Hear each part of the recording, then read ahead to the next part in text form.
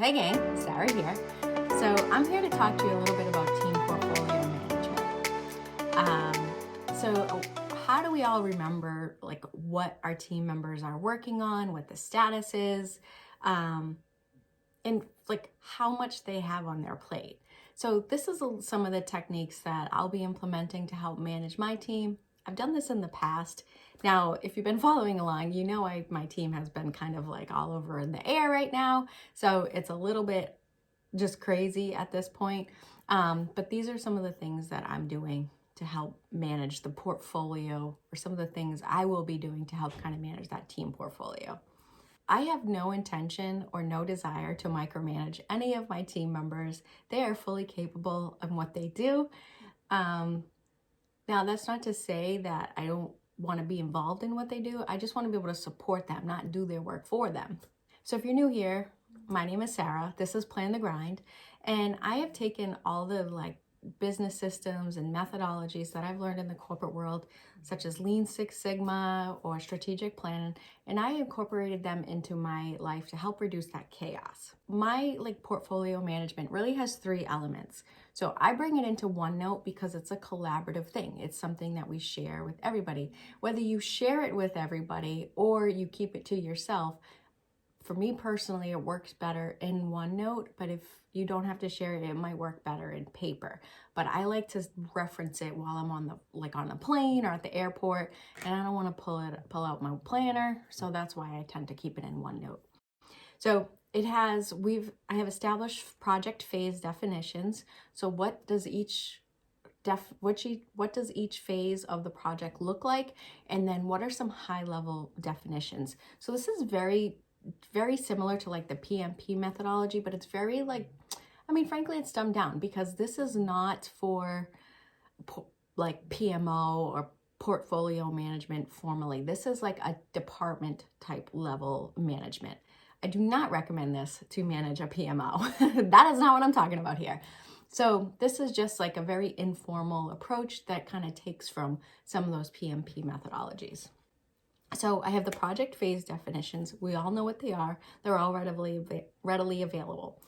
And then we have the project list. So I just have a list of everything that you guys see this in my weekly setup, in my weekly productivity setup. I just have a list and who does what and where does it stand, right?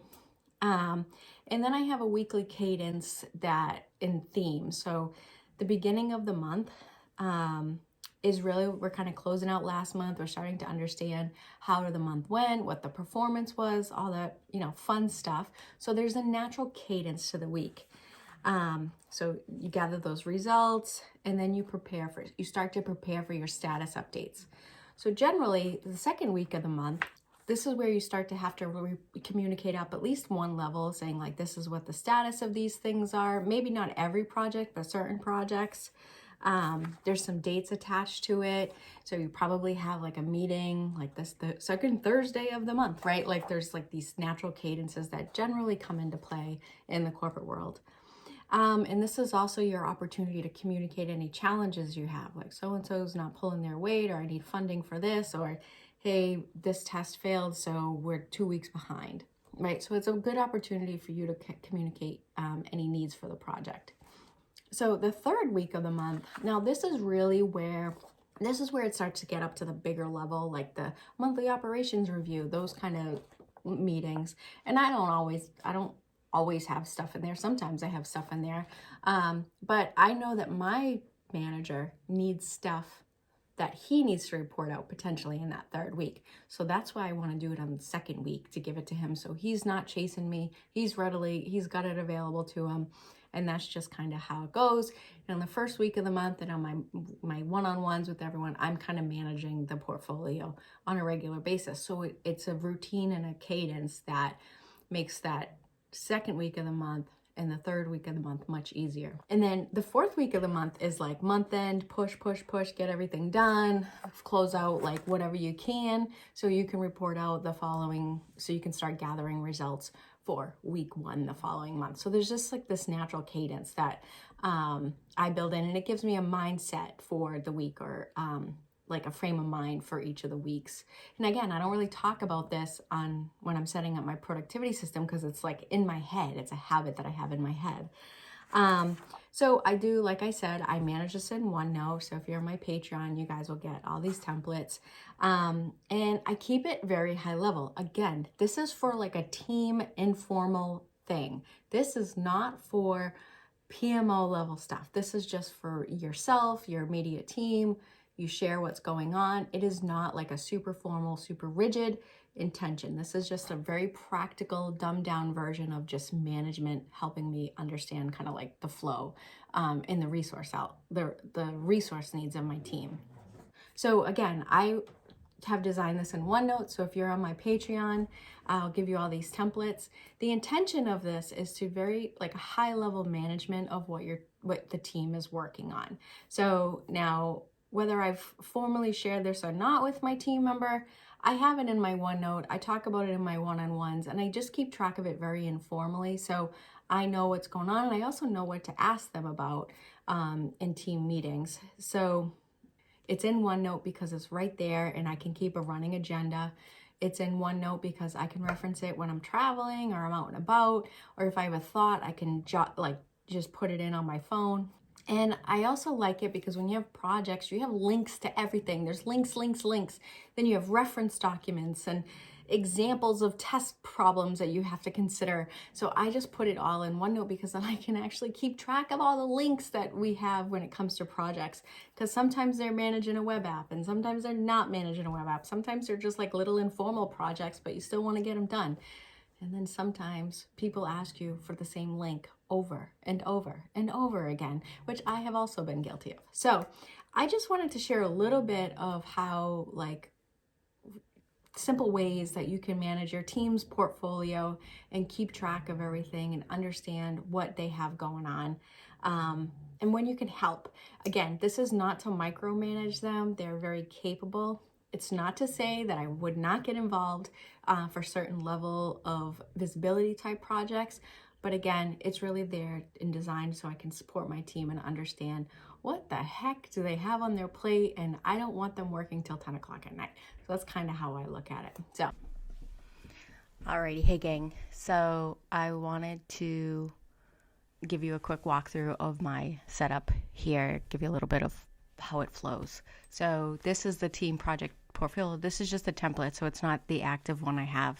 So I hope you guys can understand that. So let's see. So I'll put the project name here, and then I'll put the team member name here, and then on track or on target or behind, whatever. Like super informal, just their opinion of it. Again, I don't have like rigid, hard things. This is not PMO. Then I'm going to take the project link and stick it there. And I know this is like fake here, but this is, you're witnessing why I have all these like weird notebooks over here because of these YouTube things. So if I go back, I'm going to put the link here. Oops. And then have the link. I just made it like that so I know to delete it. And then the phases would be like phase 1 end date would be, I don't know, May 31st, 25. Phase 2 end date would be 6/30/25. And then at phase 3 end date would be like August 30th, 25. And then, I don't know, phase 4 would be 12/31/25, I guess. So we'll just kind of call it that. And then if it's completed, or just put an X there, whatever. So like this, again, this is really supposed to be just super simple. And if my manager is saying like, hey, Sarah, what's the status of that project number 1? I'm like, it's closing up. It's on track and it's closing out on its phase 2 date shortly, because in theory it's June. And then I have it here, the definitions, because then they can go here to kind of go see the actual definitions of the thing if they have any questions, or if I have any questions. And then you can link to this project and you can see the details of their project, like a project overview dashboard. So anywho, that was kind of how I would use this. And then it's also like a like a list to just help me think of things that I need to ask questions about. And I would also have it in their one-on-one. So this is that same team member's one-on-one, and his stuff is down here, so I didn't want to like show it, and I just put this on here. So I would be like, I would go to the project portfolio there, and then you could even link their one-on-one. I just kind of thought of this as I was talking through it. Yay me. I'll just kind of like do this, and then I would even put it here so I could just always be at their I would just put it here, and then I could go to their one-on-one page, but then I go back. Oh my gosh, it just makes it so easy to ask questions, right? So that's really the theory behind why I like, OneNote, or even a digital tool. For me, it's OneNote because we all have access to it. So, but use these same strategies for your team management, portfolio management. So I hope this helps. Let me know if y'all have any questions, and I would love to know what you want to add to this. Thanks, gang.